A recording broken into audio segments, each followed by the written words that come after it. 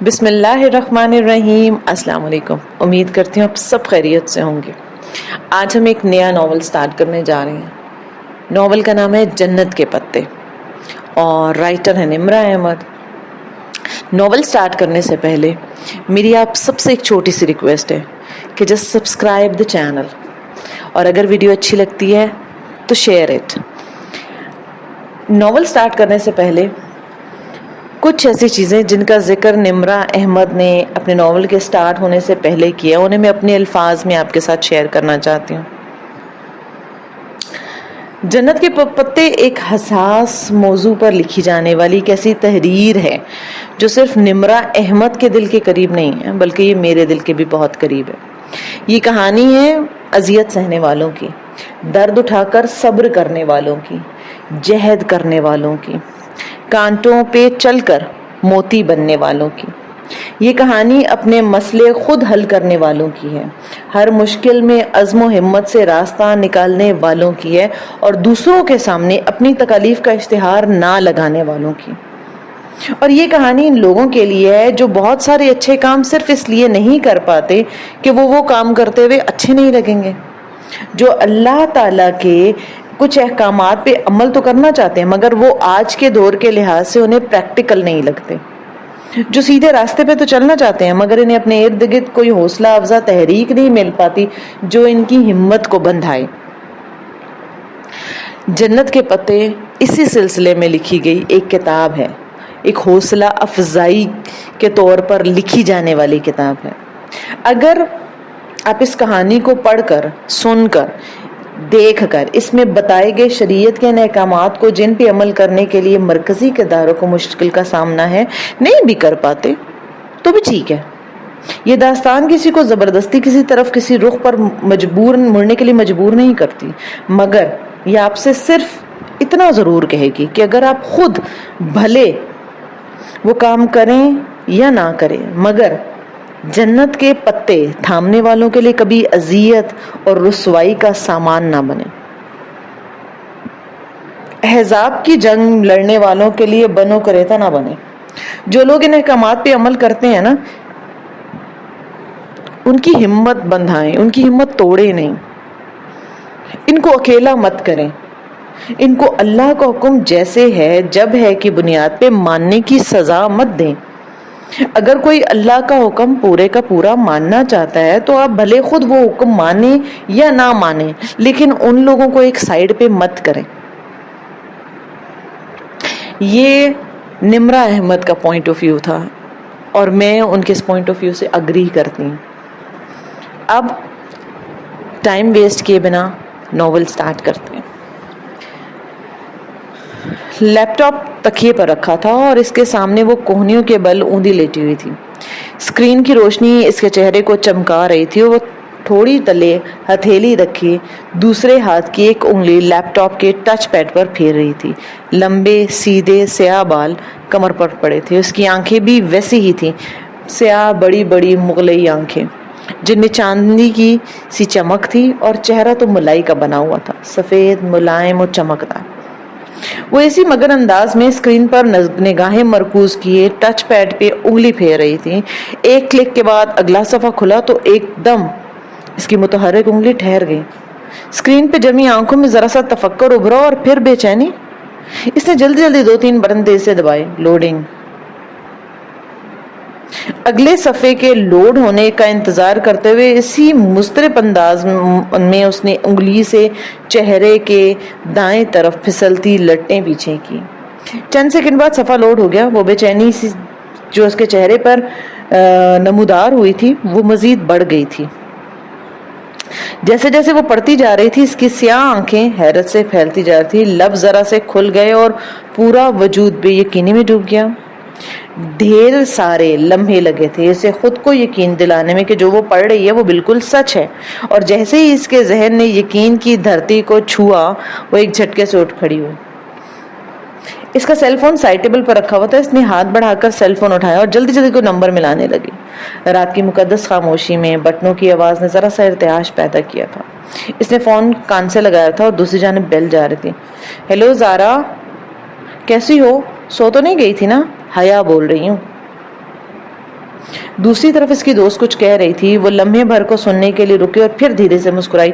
ساری باتیں چھوڑو اور زارا میرے پاس جو خبر ہے نا وہ سنو, اور تم یقین نہیں کرو گی. میں جانتی ہوں. ارے نہیں یار, داور بھائی کی شادی کے متعلق بات نہیں ہے. دوسری جانب زارا نے شاید کچھ کہا تھا جس کی تردید میں اس نے اسے فوراً یہ بات کہی. بلکہ یوں کرو, تم گیس کرو میں تمہیں کیا بتانے والی ہوں. اس نے ایک ہاتھ سے لیپ ٹاپ پرے کیا اور تکیہ نکال کر بیڈ کے کراؤن کے ساتھ سیدھا لگایا اور پھر اس سے ٹیک لگا کر پاؤں سیدھے کر لیے.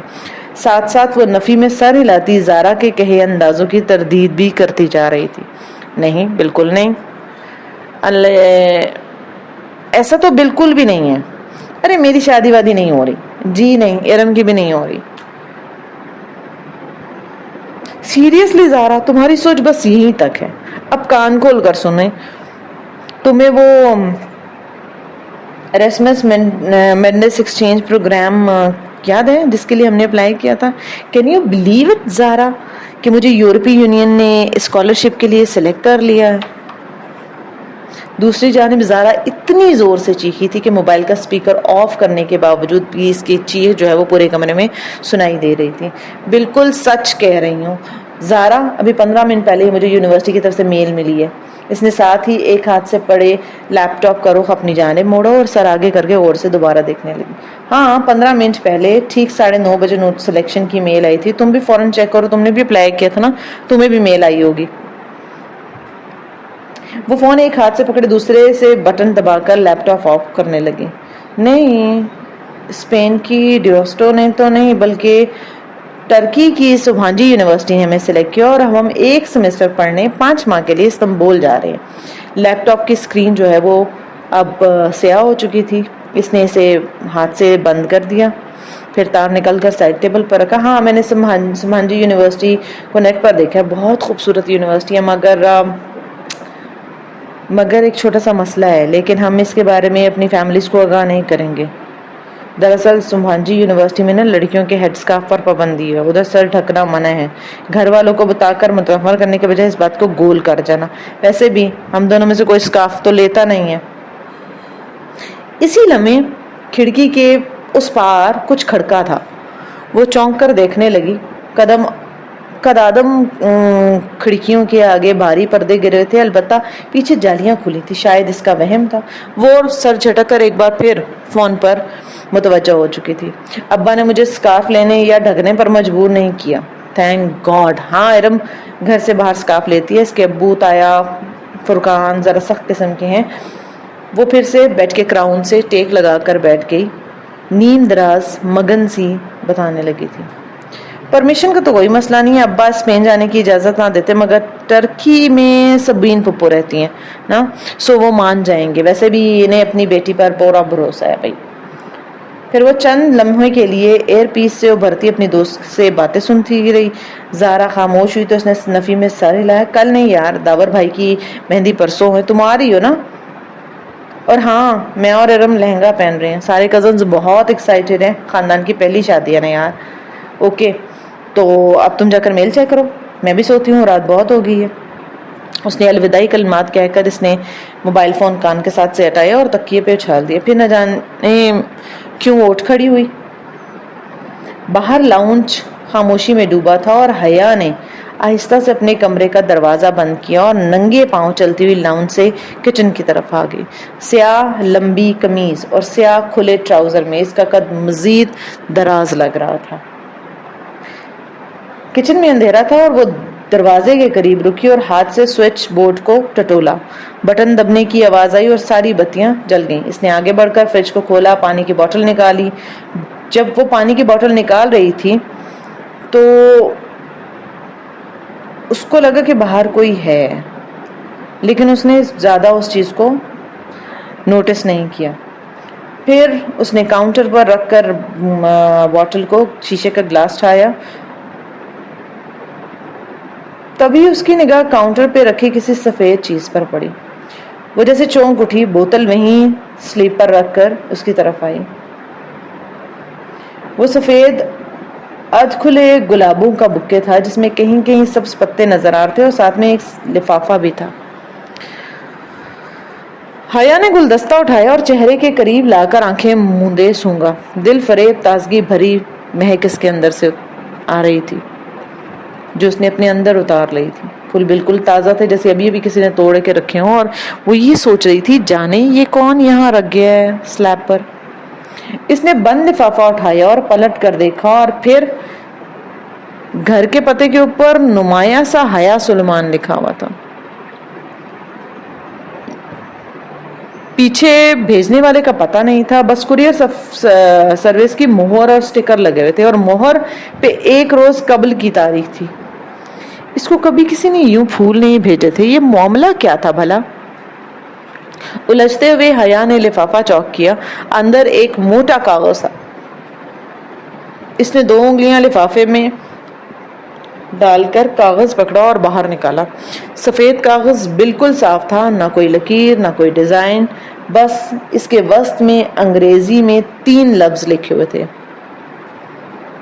ویلکم ٹو سبحان جی. وہ سناٹے میں آ گئی تھی. وہ سوچ رہی تھی کہ یہ کیا مذاق ہے بھلا. خط بھیجنے والے کو کیسے پتا چلا کہ وہ سبحان جی جا رہی ہے؟ خط پہ تو 1 روز قبل کی تاریخ تھی, جبکہ قبولیت کی وہ ای میل سے بھی 15 منٹ پہلے وصول ہوئی. جو بات اسے آفیشلی بتائی گئی 15 منٹ پہلے, وہ اس شخص کو 1 روز قبل کیسے معلوم ہو گئی؟ اگر زارا کو اس نے خود نہ بتایا ہوتا نا, تو وہ سمجھتی کہ شاید یہ اس کی حرکت ہے, اور یہ خط سبحان جی یونیورسٹی کی طرف سے بھی نہیں آ سکتا تھا, کیونکہ اس پر ایک قومی سطح کی کوریئر کمپنی کی مہر لگی تھی. پھر کس نے بھیجا تھا ایسے ہی؟ پانی سے بھرا گلاس وہیں سلیب پہ چھوڑ کر وہ بکے اور لفافے اٹھائے الجھتی ہوئی اپنے کمرے میں چلی آئی تھی. سپہر کی ٹھنڈی سی چھایا ہر سو چھائی تھی. وہ پرس کندھے سے لٹکائے باریک ہیل سے چلتی ہوئی پورچ میں کھڑی اپنی کار کی طرف آئی تھی, جو تھی تو اس کے بھائی روہیل کی, مگر اس کی پڑھائی کی غرض سے امریکہ چلے جانے کے بعد اب وہ حیا کی ملکیت تھی.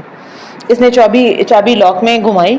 گیٹ کے اس پار سے زارا آتی دکھائی دی. وہ دروازہ کھول کر مسکراتی ہوئی سیدھی, حیا مجھے تو کوئی میل نہیں آئی.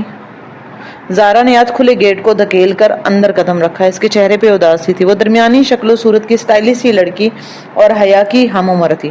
کوئی بات نہیں, 1-2 دن میں آ جائے گی, تم فکر مت کرو. ہم نے ساتھ ہی تو اپلائی کیا تھا, میرا سلیکشن ہو گیا تو تمہارا بھی ہو جائے گا.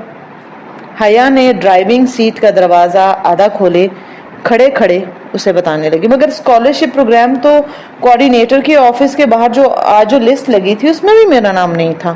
اور میرا صرف تمہارا ہے ہمارے ڈپارٹمنٹ سے, اور انوائرمنٹل سائنسز کی ایک لڑکی خدیجہ رانا کا ہے. میرا خیال ہے میرا سلیکشن ہوا ہی نہیں. او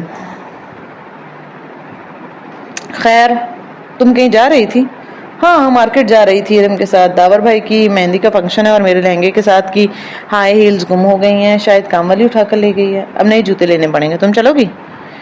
اس وقت وہ گاڑی سے کوہنی ٹکائے اسے ساری تفصیلات فراہم کر رہی تھی, اور اس نے ہلکی آسمانی لمبی قمیض اور تنگ چوڑی دار پجامے میں ملبوس تھی. قمیض کا دامن ٹخنوں سے ذرا اوپر تک تھا. ہم رنگ دوپٹہ گردن کے گرد لپیٹا ہوا تھا. بال کمر پر گر رہے تھے, اور عادتاً آنکھوں میں گہرا کاجل لگا ہوا تھا. ہاں چلو پھر نکلتے ہیں. زارا فوراً تیار ہو گیا, فرنٹ سیٹ پر بیٹھ کے. ارم کو بھی لینا ہے. حیا نے اندر بیٹھ کر دروازہ بند کیا اور چابی گھماتے ہوئے کہا, ویسے تمہارے سخت سے تایا ارم کو ہمارے ساتھ شاپنگ کرنے کے لیے اجازت دے دیں گے؟ ارم ان دونوں سے جونیئر تھی, اور اس کا ڈپارٹمنٹ بھی دوسرا تھا, سو زارا کی اس سے زیادہ ملاقات نہیں ہوتی تھی. ان کی سختی صرف اسکارف تک ہے. ویسے بہت اچھے ہیں وہ کار باہر گیٹ پر لے آئی. ارم کا گھر حیا کے ہمسائے میں تھا. دونوں گھروں کے درمیان دیوار میں آنے جانے والا راستہ موجود تھا, لیکن اسے جب بھی ارم کو پک کرنا ہوتا تو وہ گیٹ پر ہارن بجاتی, اور اب بھی وہ ہارن بجا رہی تھی. اور چند لمحوں کے بعد ارم گیٹ سے نکل آئی تھی. کاسنی لمبی قمیض اور ٹراؤزر میں ملبوس, ہم رنگ دوپٹہ پھیلا کر سامنے لیے, چہرے کے گرد میچنگ کاسنی اسکارف لپیٹے, وہ تقریباً بھاگتی ہوئی پچھلی سیٹ کے دروازے تک آئی تھی. ہیلو حیا. ہیلو زارا. بے تکلفی سے چہکتے ہوئے اس نے اندر بیٹھ کر دروازہ بند کیا. حیا کے ساتھ آؤٹنگ کے پروگرام سے یوں ہی خوش کیا کرتے تھے. کیسی ہو ارم؟ تم سے تو ملاقات ہی نہیں ہو پاتی یار. زارا نے ترچھی ہو کر رخ پیچھے کو کیا اور اس سے پوچھا, آپ کا ڈپارٹمنٹ دور پڑتا ہے نا؟ تبھی. اور ہاں, حیا بتا رہی تھی آپ لوگوں کا ٹرکی کا سلیکشن آ گیا ہے۔ آ تو گیا ہے، میں سلیکٹ نہیں ہوئی، حیا ہو گئی ہے۔ خیر اس میں کوئی بہتر ہوگی، تم نے اپلائی کیا تھا؟ ابا جانے دیتے ہیں تب کرتی نا، ویسے پیرنٹس کو اتنا سخت نہیں ہونا چاہیے تھا، زارا نے کہا۔ حیا نے تادیبی نظروں سے اسے گھورا کہ کہیں پہلے سے ہی ارم جو ہے وہ احساس کمتری میں مبتلا ہے، اب وہ اسے مزید اداس کرے گی، مگر زارا گردن موڑے پیچھے دیکھ رہی تھی اور ارم حسب توقع اداس ہو چکی تھی۔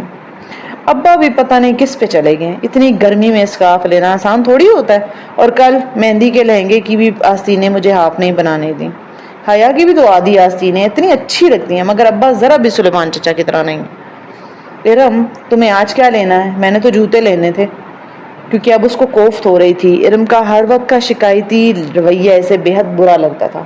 چوڑیاں لینی ہیں، مگر لہنگے کے لیے بلاؤز کی فل سلیوز کے ساتھ چوڑیاں اچھی نہیں لگیں گی۔ وہ منہ بسورتے ہوئے پھر سے شروع ہو چکی تھی تو حیا نے سر جھٹکا اور سی ڈی پلیئر آن کر دیا۔ عاطف اسلم کا گیت بلند آواز سے گونجنے لگا تو ارم کو خاموش ہونا پڑا۔ جناح سپر مارکیٹ پہنچ کر ارم تو چوڑیاں ڈھونڈنے نکل گئی، جبکہ وہ دونوں میٹرو شوز پر آ گئے۔ یہ گولڈن والا جو تیسرے نمبر پہ رکھا ہے نا، یہ دکھائیں۔ یہ والا میم؟ پہنا دوں میم؟ بہت مؤدب اور شائستہ انداز میں پوچھتے ہوئے سیلز مین نے ہاتھوں میں پکڑا جوتا اس کے پاؤں کے قریب کیا جو خوبصورت ہیلز میں مقید تھا۔ میرے ہاتھ تو نہیں ٹوٹے ہوئے، میں خود پہن لوں گی۔ جی شور، یہ لیجیے۔ سیلز مین نے مسکرا کر جوتا اس کی طرف بڑھا دیا۔ اس نے اسے یوں پکڑ رکھا تھا جسے اسے تھامتے ہوئے حیا کی انگلیاں لازماً ہاتھ سے مس ہوتی۔ سامنے رکھ دو، میں اٹھا لوں گی۔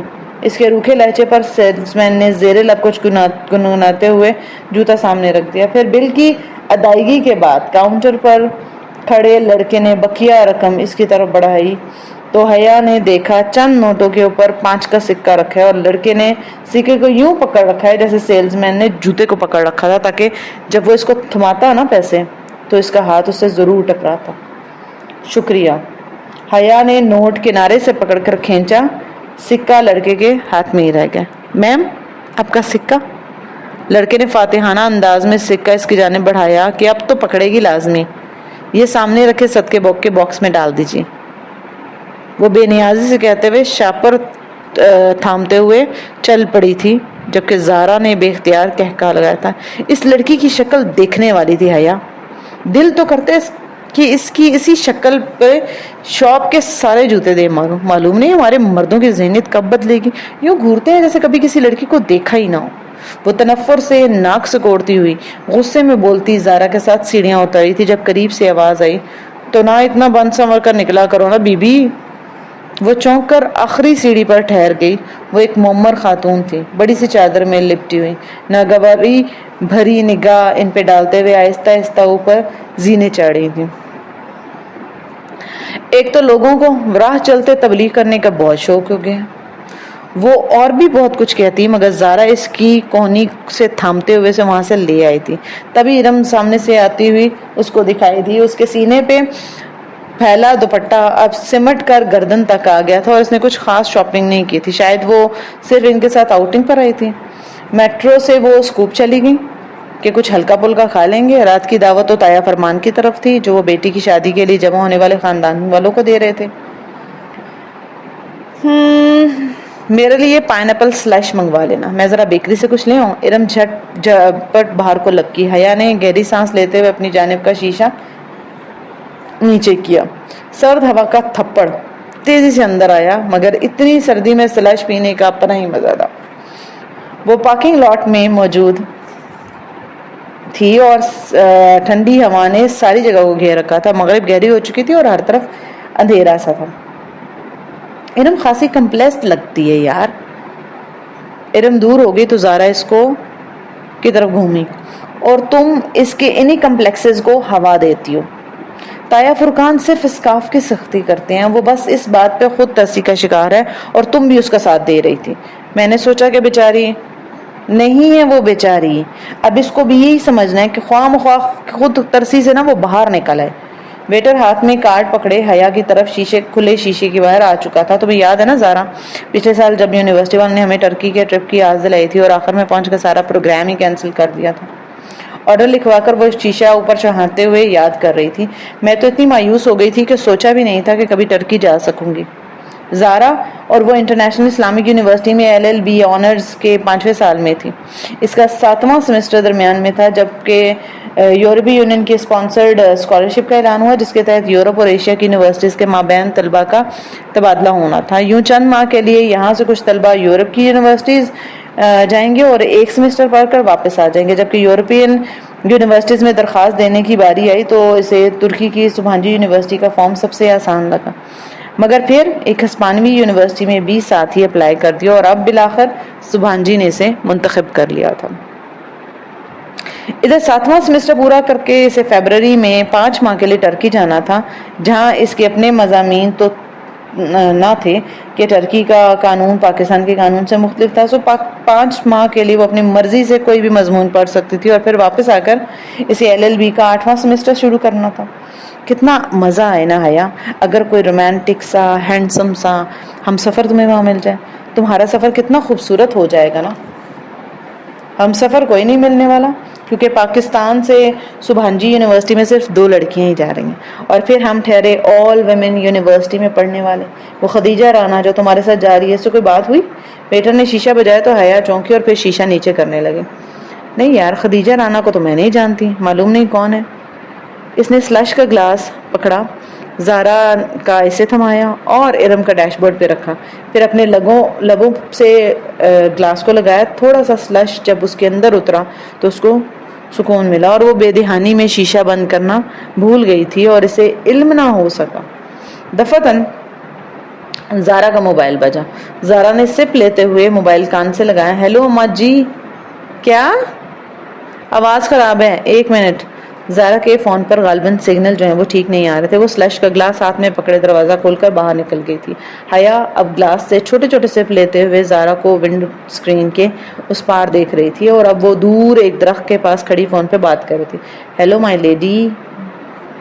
کوئی یکدم اس کے قریب آ کر بولا تھا اور وہ ڈر کر اچھلی. ذرا سا جوس کپڑوں پر چھلک گیا تھا. کھلی کھڑکی پہ ایک عورت مسکراتے ہوئے جھکی تھی. میک اپ سے اٹا ہوا چہرہ، چمکتا ہوا آئی شیڈو، بھڑکتی ہوئی سرخی، بالوں کا جوڑا، چمچم کرتے کپڑے. وہ عورت نہیں تھی مگر وہ مرد بھی نہیں تھا. کیسے عجیب. وہ اس کی کھڑکی پہ پورا جھکا کھڑا تھا، گلاس اس کے ہاتھوں میں کانپا. بے اختیار اس نے شیشہ اوپر چڑھانا چاہا مگر اس کے درمیان اس نے اپنا ہاتھ رکھ دیا تھا. ڈرو نہیں باجی جی، میں آپ کی دوست ہوں، ڈولی کہتے ہیں مجھے. ہٹو ہٹو جاؤ. ذرا بات تو سنو. اس نے اپنا چہرہ مزید جھکایا. اس سے پہلے وہ کچھ کہتی حیا نے سلش کا بھرا ہوا گلاس اس کے منہ پہ الٹ دیا. ٹھنڈی ٹھار برف چہرے پہ پڑی تو وہ جھٹکے سے پیچھے ہٹا اور اس نے پھرتی سے شیشہ اوپر چڑھا دیا تھا. ذرا بات تو سنو. سنو جی. وہ مسکرا کر چہرہ صاف کرتا اور شیشہ بجانے لگا. بند شیشے کے باعث اس کی آواز تو ہلکی ہو گئی تھی اور اب وہ کوئی گیت گنگنانے شروع ہو گیا تھا. کپکپاتے ہاتھوں سے اس نے چابی گھمائی اور گاڑی وہاں سے نکال لائی. بیکری کے سامنے داخلی دروازے پر لا کر اس نے پلٹ کر دیکھا. وہاں درختوں کے سامنے وہ ڈولی نامی خواجہ سرا ابھی بھی کھڑا تھا. وہ اس کے پیچھے نہیں آیا تھا اور نہ آئے گا اور آئے گا بھی نہیں. بس خاموش گہری نظروں سے اسے دیکھ رہا تھا. اسے بے اختیار جھرجھری سی آئی. کہاں رہ گئی یہ دونوں. اس نے جھنجھلا کر ہارن پر ہاتھ رکھ دیا اور پھر گردن موڑ کر دوبارہ دیکھا اور وہ اسے اب بھی دیکھ رہا تھا. ارم اور زارا کو ڈراپ کرنے کے بعد وہ سیدھی اپنے کمرے میں آئی تھی. ڈنر کا وقت اور تھا. اس نے یہ کپڑے ڈنر کی مناسبت سے ہی پہنے تھے مگر جوس گرنے کی وجہ سے اس پر داغ پڑ گیا تھا تو اس نے جلدی دوپٹے کا وہ حصہ دھو کر اسے استری کیا. اسے رہ رہ کر وہ خواجہ سرا یاد آ رہا تھا. اس برادری کے لوگ اکثر پیسے مانگنے کے لیے آتے ہیں مگر ایسی حرکت تو کبھی کسی نے نہیں کی تھی. اس خواجہ سرا کی نگاہیں بڑی عجیب تھیں، انداز بڑا عجیب سا تھا. اسے پھر سے جھرجھری آئی. پھر جب وہ مطمئن ہو گئی، اپنی دوپٹے کو دھو کر اپنی تیاری سے مطمئن ہو گئی تو وہ باہر آئی اور لابی کا دروازہ کھولا تو پاؤں کسی چیز سے ٹکرایا. وہ چونک گئی. دروازے کے ساتھ فرش پہ سفید ادھ کھلے گلابوں کا بوکے پڑا ہوا تھا. وہ جھکی اور بوکے اٹھایا. ساتھ میں ایک بند لفافہ بھی تھا. وہ دونوں چیزیں اٹھا کر سیدھی ہوئی اور لکھا ہوا تھا حیا سلیمان. اندر وہی سفید بے سطر چوکور کاغذ تھا. اس کے وسط میں اردو میں لکھا تھا: امید کرتا ہوں آپ کا آج کا ڈنر اچھا گزرے گا. اس نے لفافے کو الٹ پلٹ کر دیکھا. کہیں بھی کچھ اور نہیں لکھا تھا، بس لفافے میں گزشتہ روز کی مہر لگی تھی. یہ کون تھا اور کیوں اسے پھول بھیج رہا تھا؟ اور وہ بکے اور خط کمرے میں رکھ کر سارے معاملے پہ الجھتی باہر آئی. تایا فرقان کے گھر میں خوب چہل پہل تھی. لاؤنج میں سب کزنز بیٹھے تھے. ایک طرف خواتین کا گروہ خوش گپیوں میں مصروف تھا. مرد حضرات یقیناً ڈرائنگ روم میں تھے. ان کے خاندان میں کزنز کی بے تکلفی کو بری نظر سے نہیں دیکھا جاتا تھا. اب اگر خاندان کی بات کی جائے تو تایا فرقان چاروں بہن بھائیوں میں سب سے سخت تھے. ان کی سختی ارم کے سکارف لینے اور گھر سے باہر لڑکوں سے بات کرنے پہ تھی. ارم اور باقی کزنز بھی عموماً اپنے کزنز کے سوا باہر کے کسی لڑکے سے بات نہیں کرتی تھی. حیا اور ارم تو پڑھتی بھی آل ویمن یونیورسٹی میں تھی. ہاں، دوسرے چچا اور خود سلیمان صاحب مستقبل میں اپنے بچوں کی شادیاں یقیناً مکسڈ گیدرنگ میں رکھیں گے، یہ سب کو معلوم تھا. ان کا خاندان زیادہ بڑا نہیں تھا. وہ لوگ 3 بھائی اور 1 بہن تھے. تایا فرقان سب سے بڑے. داور، فروخ اور ارم ان کے بچے تھے. فروخ میڈیکل کر چکا تھا اور آج کل پولی کلینک سے ہاؤس جاب کر رہا تھا اور حیا سے 3 سال بڑا تھا، جبکہ فروخ سے سال بھر چھوٹا تھا اور MBA کے بعد جاب کر رہا تھا. ارم حیا سے سال بھر چھوٹی تھی اور آج کل سب سے بڑے داور کی شادیوں کی تیاریاں کر رہے تھے. پھر آ جاتے تایا فرقان کے بعد سلیمان صاحب. حیا ان کی اکلوتی بیٹی تھی اور روہیل ان کا اکلوتا بیٹا تھا. روہیل پڑھائی کے سلسلے میں امریکہ گیا ہوا تھا اور اب ان کے گھر میں سلیمان صاحب، فاطمہ بیگم اور حیا، بس یہ تینوں ہی رہتے تھے. پھر آ جاتے تھے زاہد چچا. ان کی بڑی 2 جڑواں بیٹیاں مہوش اور سہرش تھیں اور پھر بیٹا رضا جو کہ انجینئر تھا اور سب سے چھوٹی بیٹی ثنا او لیولز کر رہی تھی. اس وقت سوائے روہیل کے جو امریکہ میں تھا اور داور بھائی کے جو غالباً ڈرائنگ روم میں تھے، باقی تمام کزنز، لڑکے لڑکیاں سب لاؤنج میں موجود تھے. لڑکیاں کارپٹ پہ دائرہ بنا کر بیٹھی تھیں. ارم کے ہاتھ میں ڈھولک تھی. اس کا دوپٹہ سر سے ڈھلک کر کندھے پہ آ گیا تھا. اگر ابھی تایا فرقان آ جاتے نا تو وہ فوراً اس کو سر پر لے لیتی اور وہ مہوش، ثنا، سہرش کے ہمراہ سر ملار تھی، جبکہ رضا، فروخ اور سمی اوپر کرسیوں پہ بیٹھے مذاکرن لڑکیوں کی طرف فکرے اچھالتے ہیں.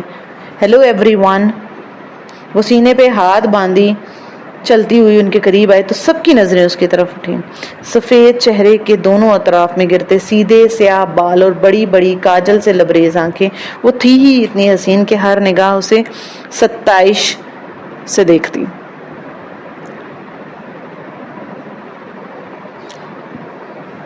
حیا کیسی ہو؟ آؤ چلو ان لڑکوں کو ہراتے ہیں. آؤ بیٹھو بیٹھو بیٹھو. بہت سی آوازیں ٹکرا گئیں مگر اس نے بے نیازی بھری مسکراہٹ سے شانے اچکائے. پہلے میں سائمہ تائی کی کچن میں ہیلپ کرا دوں. اس نے ارم کی امی کا نام لیا جن کو اس نے آتے ہوئے کچن کی طرف اٹھ کر جاتے ہوئے دیکھا تھا. سائمہ تائی نے یقیناً اس کو نہیں دیکھا تھا، ورنہ اگر وہ اس کو دیکھ لیتی تو وہ اسے بلوا لیتی. ارم سے زیادہ سمجھدار تو بقول ان کے حیا تھی. سائمہ تائی کے پیچھے زاہد چچا کی بیگم عابدہ چچی بھی چلی گئی تھی. اب صوفے پر حیا کی امی فاطمہ بیگم تنہا بیٹھی تھی. اماں، میں ذرا سائمہ تائی کے ساتھ کچھ ہیلپ کرا دوں؟ ان کو اپنی طرف دیکھتا پا کر اس نے اپنی بات دہرائی تو انہوں نے مسکرا کر اپنا سر ہلایا. وہ مطمئن سی آگے بڑھ گئی، راہداری پار کر کے کچن کی سمت بڑھ گئی. سائمہ تائی کی تیز آواز سماعت سے ٹکرائی. جیسے میں جانتی ہی نہیں نا کہ یہ سارے رنگ ڈھنگ کس کے لیے ہیں. ایک میرے بیٹے ملے ہیں اس کو پاگل بنانے کے لیے. وہ بے اختیار 2 قدم پیچھے دیوار سے جا لگی. یہ سائمہ تائی کس کی بات کر رہی تھی؟ تبھی میں کہوں بھابھی کہ رضا ہر وقت کیوں حیا کرتا رہتا ہے. وہ عابدہ چچی تھی اور اب وہ اپنے نام پر چونک گئی تھی. وہ کہہ رہی تھی پچھلی دفعہ جب ہم سلیمان بھائی کے گھر کھانے پر گئے تو کیسے نک سک سے تیار ہو کر پھر رہی تھی. تب سے رضا میرے پیچھے پڑا ہے کہ حیا کا رشتہ مانگے، حیا کا رشتہ مانگے. اس لڑکی کو نا لڑکوں کو متوجہ کرنے کا فن آتا ہے عابدہ. کتنی مشکل سے داور کے دل سے اس کا خیال نکالا اور میں نے اور فرقان نے. وہ تو اڑ ہی گیا تھا کہ وہ شادی کرے گا تو صرف حیا سے کرے گا، مگر جب فرقان نے سختی سے کہا کہ بھلا ایسی بے پردہ اور آزاد خیال لڑکی کو میں اپنی بہو بنا کر اپنی آخرت بگاڑ لوں گا تب کہیں جا کر وہ مانا تھا، مگر اب فروخ کیا کروں میں اس لڑکے کا، وہ بھی ابھی کیل کانٹوں سے لیس ہو کر آ جائے گی اور فروخ پھر اس کے جانے کے بعد ضد پکڑ لے گا۔ اب میری ارم بھی تو ہے، مجال ہے کہ سر پر سے دوپٹہ اترنے دے۔ سائمہ تائی فخر سے کہہ رہی تھی اور وہ دھواں دھواں ہوتے چہرے کے ساتھ بمشکل دیوار کا سہارا لیے کھڑی تھی، اور اسے لگا کہ اب اگر اس نے مزید کچھ سنا تو اس کے اعصاب جواب دے جائیں گے۔ بدقت اپنے وجود کو سنبھالتے ہوئے وہ واپس پلٹ گئی تھی۔ کسی بات پہ ہنستے ہوئے فروخ کی نگاہ اس پر پڑی تھی جو راہداری سے چلی آ رہی تھی، تو اس کی ہنسی گم ہو گئی اور وہ بے اختیار مسکرایا۔ قبول صورت سا فروخ، جس کی رنگ ٹف روٹین کے باعث مزید سنولا گئی تھی، مگر مسئلہ اس کی واجبی شخصیت یا حیا کی بے پردگی کا نہیں تھا، اصل بات تو وہ سب جانتے تھے۔ پھر بھلا اس کے بارے میں رضا یا فروخ نے سوچا بھی کیسے؟ وہ ایک سپاٹ نگاہ فروخ پہ ڈال کر چپ چاپ فاطمہ بیگم کے ساتھ صوفے پر آ کر بیٹھ گئی۔ تمہیں کیا ہوا؟ کچھ نہیں اماں۔ اس نے خود کو نارمل کر لیا تھا، فاطمہ مطمئن ہو گئی تھی، اور وہ سائمہ تائمی کے بارے میں سوچنے لگی کہ جن کا حیا میری جان کہتے ہوئے منہ نہیں تھکتا تھا، اور تایا فرقان کے لیے تو وہ بڑی بیٹی تھی، لیکن اندر سے ان کے اس کے بارے میں کیا خیالات تھے وہ گمان بھی نہیں کر سکتی تھی۔ اور وہ پھول، وہ بھی رضا یا فروخ نے تو نہیں بھیجے؟ جب پہلی بار پھول آئے تھے تب تو فروخ نائٹ ڈیوٹی پہ تھا نا، اور رضا تو تھا ہی اسلام آباد میں، مگر ان دونوں کو میرے سبحانجی یونیورسٹی کے بارے میں کیسے پتا چلا؟ شاید جب میں زارا کو فون پہ بتا رہی تھی نا، تب کھڑکی کے باہر تب کھڑکی کے باہر کچھ کھڑکا تھا۔ وہ جو کوئی بھی تھا نا، یقیناً اس نے بات سن لی تھی، اور سن کر ہی خط لکھ کر پھول کے ساتھ ادھر رکھ گیا ہوگا، مگر اس پہ تو کوریئر کے مہر لگی تھی، اور وہ بھی ایک دن پہلے کی۔ شاید اس نے کوئی جعلی مہر استعمال کی ہو، مگر اتنے جھمیلوں میں فروخ اور رضا جیسے جاب کرنے والے مصروف بندے کیوں پڑیں گے بھلا؟ اس کا دل کہتا تھا یہ فروخ ہے نہ رضا، بلکہ کوئی اور ہے۔ خیر جہنم میں جائے جو بھی ہے، ان دونوں کا دماغ تو میں اب بھی ٹھیک کرتی ہوں۔ وہ تیزی سے اٹھ کر لڑکوں کے گروپ کے سامنے چلی گئی۔ ارم، کیا تم لوگوں نے سبین پھپھو کو شادی کا کارڈ بھیجا تھا ٹرکی؟ کن اکھیوں سے اس نے فروخ اور رضا کے چہرے کو دیکھا، وہ دونوں چونکے، اور دونوں کو اس کی بات بالکل بھی پسند نہیں آئی تھی۔ جیسے پھپھو کا کارڈ سلیمان چچا کو دیا تھا، انہوں نے بھجوا دیا ہوگا، اور ہاں پھپھو کو ابا نے فون بھی کروا دیا تھا کہ کیا وہ آئیں گی؟ آنا تو چاہیے، آخر قریبی رشتہ دار ہے، تم نہ صحیح ہم سے تو صحیح۔ اس نے قریبی رشتے پر زور ڈالی اور ایک جتاتی ہوئی نگاہ رضا اور فروخ پہ ڈالی۔ وہ دونوں اپنی سوچوں میں گم تھے۔ پھر کھانے کے وقت سائمہ تعین نے سب سے پہلے سے بولا، حیا میری جان، یہ ارم کسی کام کی نہیں، تم سمجھدار ہو، ٹیبل پہ تم نے خیال رکھنا ہے کہ جیسے ہی کوئی ڈش آدھی ہو فوراً ظفر کو اشارہ کرنا، ٹھیک ہے؟ ظفر جو ان کا کوک تھا۔ شرط آئیمی، میں خیال رکھوں گی۔ وہ اس وقت بدقت مسکراتی ہوئی سرو کرنے لگے۔ چند منٹ بعد جب سب ڈائننگ ہال میں کھڑے اپنی اپنی پلیٹوں میں کھانا نکال رہے تھے، ڈائننگ ٹیبل کے اطراف سے کرسیاں ہٹا کر ایک دیوار کی طرف ساتھ لگا دی گئی تھی تاکہ سب اپنی مرضی سے کھانا نکال کر ادھر ادھر ٹہلتے ہوئے کھاتے رہیں۔ تایا جان، آپ نے سلاد نہیں لیا؟ وہ رشین سے بھرا شیشے کا بڑا پیالہ اٹھائے تایا فرقان اور سلیمان صاحب کے پاس آئی تھی، جو اپنے دھیان میں محو گفتگو تھے، اس کے پکارنے پر چونکے۔ تھینک یو بیٹا۔ تایا فرقان مسکرا کر چمچ سے سلاد اپنی پلیٹ میں نکالتے ہوئے دکھے۔ وہ شلوار کرتے میں ملبوس تھے، کندھوں پر شال تھی اور باروب چہرے پہ مونچھیں۔ سلیمان صاحب اس کے برعکس کلین شیو ڈنر سوٹ میں ملبوس خاصے اسمارٹ اور ہینڈسم لگ رہے تھے، اور دونوں کی سوچ اپنے حلیوں سے مختلف نہیں تھی۔ ابا آپ بھی لینا۔ سلیمان، تم نے سبین کو کارڈ پوسٹ کر دیا تھا؟ تایا کو اچانک یاد آیا، شاید اس کی شکل دیکھ کر یاد آیا۔ سلیمان صاحب کا چمچے میں سلاد بھرتا ہاتھ ذرا سست ہوا اور چہرے پہ کرواہٹ پھیل گئی۔ بہت آہستہ سے انہوں نے سلاد سے بھرا چمچ اپنی پلیٹ میں ڈالا اور ساتھ میں جواب دیا، کر دیا تھا۔ ابا، سبین پھپھو شادی پر آئیں گی؟ کل مہندی ہے نا، آنا ہوتا تو آ گئی ہوتی۔ 30 سالوں میں جو عورت صرف چند مرتبہ ملنے کے لیے آئی، وہ اب بھی نہ آئے تو بہتر ہی ہے۔ حیا تو کیا؟ فرقان تایا بھی دھنگ رہ گئے تھے۔ سلیمان، کیا ہوا یار؟ تھینک یو بیٹا. جواب دینے کے بجائے سلمان صاحب نے اسے مخاطب کیا کہ اور ساتھ میں اشارہ جیسے یوں کہنا چاہ رہے ہوں کہ اب تم جاؤ. وہ سر جھکائے وہاں سے چلی گئی. بہت آہستہ سے سلاد کا پیالہ میز پر رکھا اور اب اپنی آدھی بھری پلیٹ اٹھائی مگر گھوم رہی تھی مگر اس کا کھانے کو دل نہیں چاہ رہا تھا. یہ ابا کو کیا ہو گیا؟ وہ پھپھو کے بارے میں ایسے گفتگو کیوں کر رہے تھے؟ پھر وہ رہ نہیں سکی. اپنی پلیٹ لیے سستون کے پیچھے آ کر کھڑی ہو گئی جس کے دوسری جانب تایا جان اور ابا کھڑے تھے. بظاہر اپنی پلیٹ پر سر جھکائے اس کے کان انہی کی طرف تھے. حیا کے لیے عمیر لغاری نے اپنے بیٹے کا پرپوزل دیا ہے. سلیمان نے اپنے دوست اپنی کمپنی کے شیئر ہولڈر کا نام لیا اور اس کے ہاتھ میں پکڑی پلیٹ لرز گئی. وہ سہم گئی تھی. یہ کیا کہہ رہے ہو؟ تایا فرقان ششدر رہ گئے تھے. بھائی اس میں حیرت کی کیا بات ہے؟ ولید اچھا لڑکا ہے. کل مہندی پہ آئے گا تو آپ کو ملواؤں گا. سوچ رہا ہوں حیا سے پوچھ کر ہاں کر دوں. مگر سلیمان یہ کیسے ہو سکتا ہے؟ کیوں نہیں ہو سکتا بھائی صاحب؟ تم حیا کی شادی یوں کیسے کر سکتے ہو؟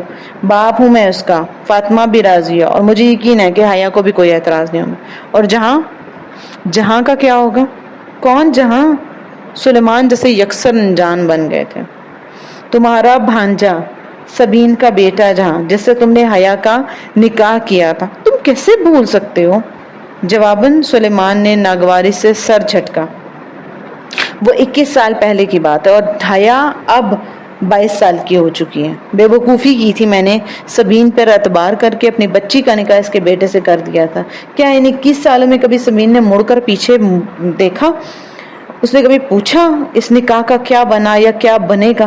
زیادہ سے زیادہ 6 ماہ میں ایک بار فون کر لیتی ہے اور 3 منٹ بات کر کے رکھ دیتی ہے. آپ کو واقعی لگتا ہے کہ وہ لوگ اس رشتے کو قائم رکھنا چاہتے ہیں؟ مگر سبین تو سکندر کی وجہ سے، تم جانتے ہو وہ الٹے دماغ کا شخص ہے. میں کیسے مان لوں کہ صرف اپنے مغرور اور بد دماغ شوہر کی وجہ سے وہ اپنے بیٹے کا نکاح بھول سکتی ہیں؟ اتنے سال بیت گئے ہیں، اس نے پھر کبھی رشتے یا شادی کی بات منہ سے نہیں نکالی. میں اس سے کیا ہی امید رکھوں؟ مگر جہاں تو اچھا لڑکا ہے نا. تم اس سے ملے تو تھے پچھلے سال جب تم استنبول گئے تھے. جی جہاں سکندر اچھا لڑکا ہے. مائی فٹ. انہوں نے تلخی سے سر جھٹکا. اس کے تو مزاج ہی نہیں ملتے. وہ ترکی میں پیدا ہوا، اس نے کبھی پاکستان کی شکل نہیں دیکھی. نہ اسے اردو آتی ہے نہ پنجابی آتی ہے. کبھی ان تمام برسوں میں اس نے اپنے ماموں کا حال تک نہیں پوچھا. کبھی فون کیا ہے؟ میں یہ سب بھی بھول جاتا. مگر جب میں پچھلے سال استنبول گیا تو کیا آپ یقین کریں گے کہ بھائی میں 18 روز وہاں آیا. میں روز سبین کے گھر جاتا تھا. سکندر تو ملا ہی نہیں. اور جہاں آخری روز مجھ سے ملا اور وہ بھی 15 منٹ کے لیے بس. وہ بھی جب اس کی ماں نے میرا نام بتایا تو کافی دیر کے بعد اسے یاد ہے کہ میں اس کا دور پار کا ماموں ہوتا ہوں. پھر جانتے ہیں وہ مجھ سے کیا پوچھنے لگا؟ کیا پاکستان میں روز بم دھماکے ہوتے ہیں؟ کیا وہاں انٹرنیٹ کی سہولت موجود ہے؟ پھر اس کا فون آیا اور وہ اٹھ کر چلا گیا. میں کبھی حیا کے لیے کورٹ سے خلا لینے کے متعلق نہ سوچتا اگر میں اس روز ایک ترکی لڑکی کو جہاں کو گھر ڈراپ کرتے نہ دیکھ لیتا. جب میں فلائٹ پکڑنے سے قبل سبین کو خدا حافظ کہنے جا رہا تھا، اس لڑکی کے ساتھ اس کی بے تکلفی. اللوان وہ سکندر شاہ کا بیٹا ہے. وہ اپنے باپ کا ہی تو پرتو ہے. میں سمجھتا تھا کہ اگر احمد شاہ جیسے عظیم انسان کا بیٹا ہو کر سکندر اس کے برعکس نکلا تو ویسے ہی جہاں بھی اپنے باپ کے برعکس نکلے وہ ایک اچھا انسان ہوگا. مگر نہیں، وہ اسی مغرور آدمی کا مغرور بیٹا ہے. حیا کون ہے؟ اس کا ان سے کیا تعلق ہے؟ یہ بات نہ تو جہاں کو یاد تھی اور نہ ہی سبین کو. سبین تو یہ ذکر ہی نہیں کرتی. اب میں اپنی بیٹی کو زبردستی ان کے گھر بھیج دوں؟ خیر چھوڑیں، کل ولید سے ملواؤں گا آپ کو. اب جو رشتہ بھی اچھا لگے گا میں حیا کی وہیں شادی کروں گا. اور اب وہ مزید کچھ سن نہیں سکتی تھی. وہ سفید چہرہ لیے بوجھل قدموں سے چلتی ہوئی ان سے دور ہٹ گئی تھی.